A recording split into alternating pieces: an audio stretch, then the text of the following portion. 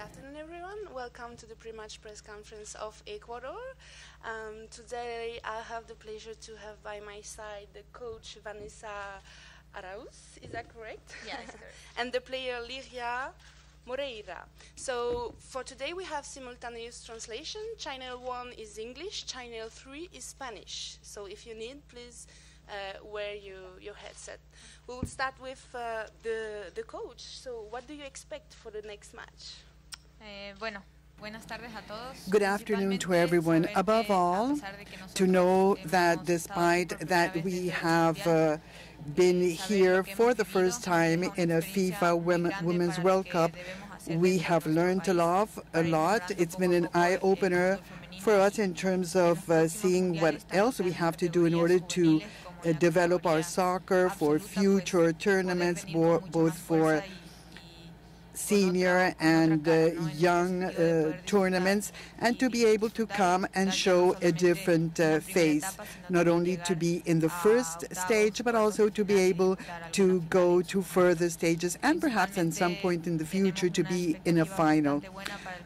On our behalf, we have many expectations regarding tomorrow's match. Despite the results we've had up to date, we hope to close our participation in this tournament with a positive outcome, at least more positive than what we've had up to date. What about you, Liria? What do you expect for the next match?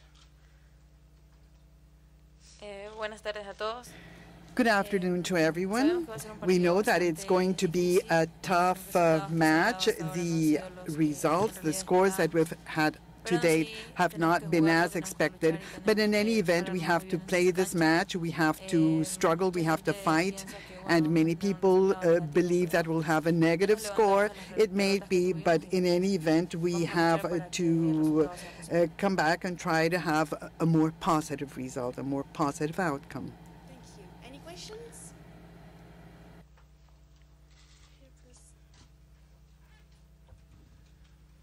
Good afternoon, Kevin Keatings, commentator for the host broadcaster. I just wondered to the coach, have Colombia shown you what's possible by beating France for nations like yourselves in order to close the gap on the big teams in the World Cup? And do you feel going forward that you can take inspiration from Colombia? Well, in this case, Colombia had already been in a Women's World Cup. It's its second time, and I think that it's improved definitely because in its first tournament, France won, and yesterday they scored 2 goals. So virtually it's fantastic for a South American team to have achieved the score. And it shows the good face of South America. It shows that we do have good play. And I think that it's important because the way that they developed as compared to their performance in the previous tournament, they realized what had to be done in order to be able to develop, do better, and be among the best performers. So it's important for us to know that, well, we don't have to try to copy them, but we can use them as a role model. We have our own identity, and we have to recognize that what has happened to us in this World Cup has led us to ask ourselves, what is it that we have to do in Ecuador in order to change the present situation of our women's soccer and to see where we want to go and how to achieve it. And that's what's most important. So hopefully in the future we will be able to better perform, and we know that if we focus, if we work harder, if we develop our soccer, we will be able to improve and perhaps one day be champions as well. Any questions? Buenos tardes, Yuki Oba, NHK Japan Broadcasting. 2 questions for both of you. One is the significance. How important is this match against Japan for the Ecuadorian people? And the second one is, well, what is the point that Ecuador has to take care of in tomorrow's game against Japan? Bueno, pienso que para tanto el país, para nosotros como ecuatorianos, I think that both for our people and for us, well, this match against Japan tomorrow is very important, not only to be able to complete this cycle, but also to evidence, because the fact that despite that we may be defeated, we will always hold our heads high. And of course, we know that we have no possibilities of going to the next level, to the next round. But in any event, you cannot be defeated before playing a match. So we're not going to start out feeling defeated. We know that Japan is the current champion of Women's Soccer World Cup. They've performed very well in their previous 2 games. But in any event, it may be that although this is our major challenge, it's not impossible for us to perform well. We know that Japan has a wonderful tactical team. They play very well, but whatever we do is something that it's not really to win or to lose, but it's to show that we are also tactically disciplined, and hopefully that will show a better face and have a better outcome tomorrow. First of all, it's a pride, it's an honor for us to play against the current champions. We know that they are a high-powered team.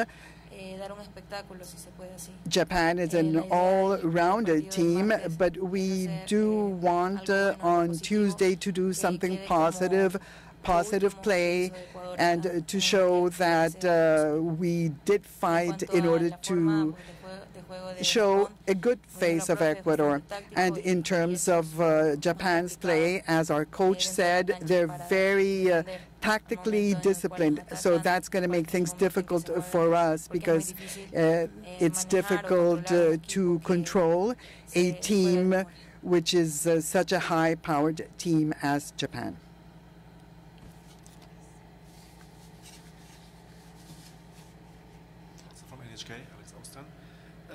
What is the strategy for the game? You will focus more on defense and hope for a counterattack, or what is your plan for the game? Bueno, en este caso nosotros trataremos de imponer. On this occasion, we will attempt to be more defensive, have more of a defensive tactic.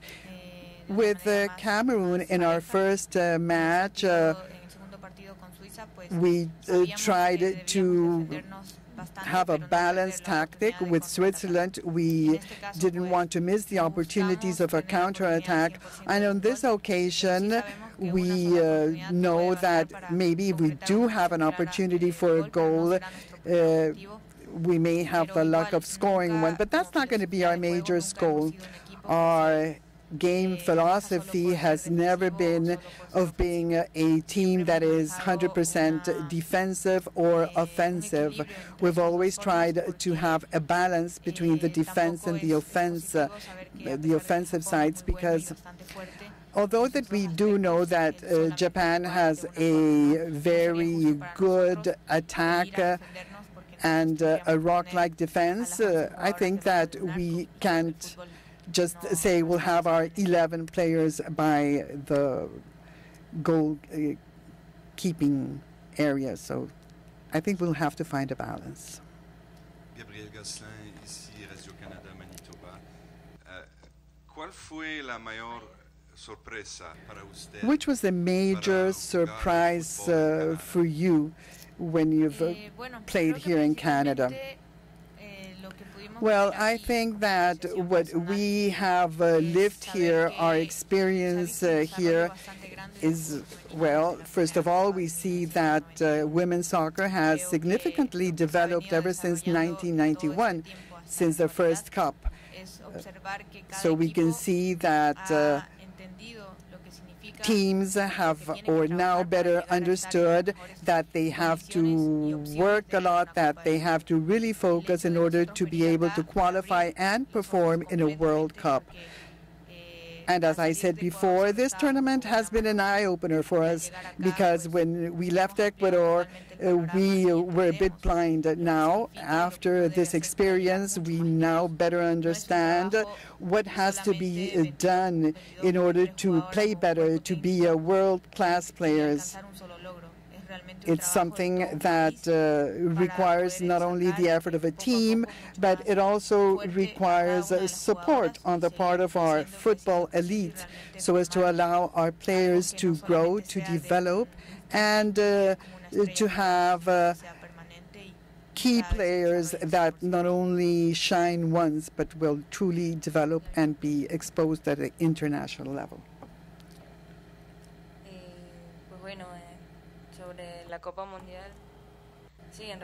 Regarding the World Cup, yes, we have learned a lot. We are newcomers at this point. We've been the underdogs, but that has not taken us by surprise. Although we did have some expectations when we came here, but we have learned a lot. We know that we have to correct many mistakes, but the best way to learn is from your own mistakes. We have many hopes in terms of the future. We want to continue working to achieve a more competitive level of play, and in future tournaments, not to be the newcomers or the underdogs, but to be able to go to higher levels. Thank you.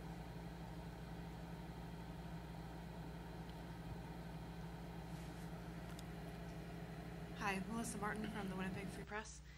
What are some, you mentioned some of the steps to take to grow the women's game in Ecuador. What are some of the specific changes that you'd like to see back home over the next 4 years to build that support up for the women's game? Bueno, nosotros en Ecuador pues tenemos una liga. We in Ecuador have a league which started off in 2013. It's an amateur league. It's not a professional league. And as a result of this, our players are constantly training and being involved in matches and games, and we were able to set up our team, our squad, the one that we have here in this World Tournament. However, we have only been able to group them, to bring them here, but we need to make a lot of headway. We know that we have to work not only for a short period of time, but with more continuity, if possible, 365 days a year, and not only in one category, but also with young people, to have schools for young people where they can play, where they can learn, because in Ecuador, we don't have schools where kids can go and start playing and learning starting at age 5 or 6. And that's a very important period. You learn a lot when you're a young kid. In our case in Ecuador, they start at 15 years of age, so they're really not exposed to soccer at a very young age. So I think that that would allow us to make many improvements and to develop. In this case, we had seen only the tip of the iceberg. Now we've seen what underlies the tip. So we do have a potential, but we do have to invest, to make efforts, and to develop our soccer. And hopefully the league, which has made a significant effort up to date, which has allowed us to bring us here to Canada, I think that the rest of the football elite has to support us in order to better develop soccer in Ecuador.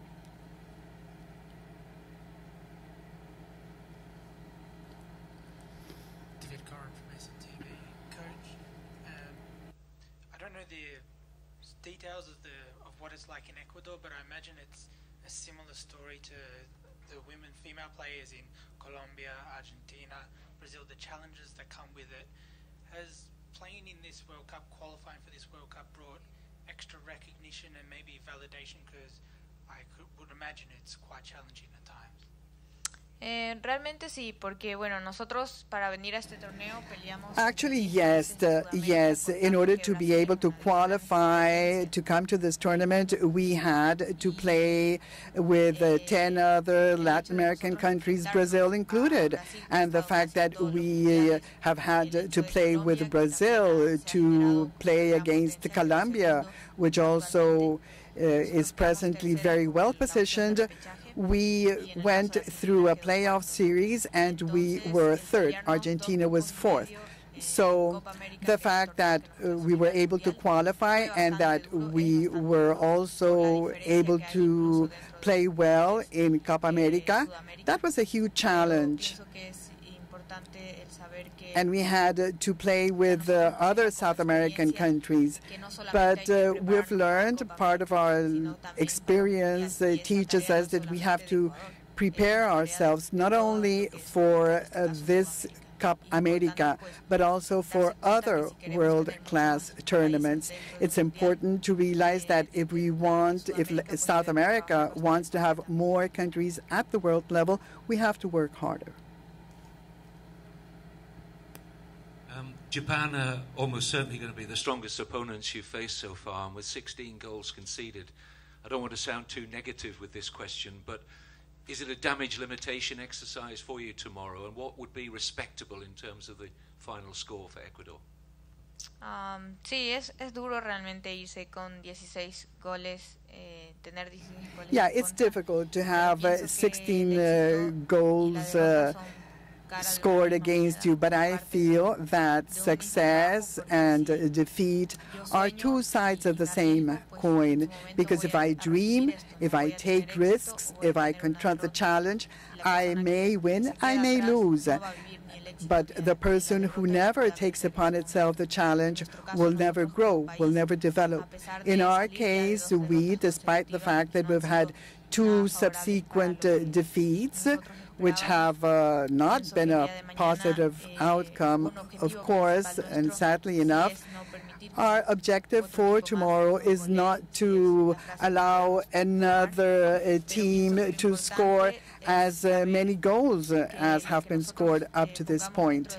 And it's important to know that what we will try to do is to have a team that will stand up as a wall, not to avoid them, not to prevent them from scoring goals, but also to better show that we're joining hands, we're making a team effort, and our clear objective is not to win, but definitely, yes, to hold our head high, to realize that despite we have little time to recover after a defeat, that we are fast learners and that we have a good potential for the future. Any questions? Thank you very much, everyone. Thank you, Coach. Gracias también. Gracias. Thank you as well.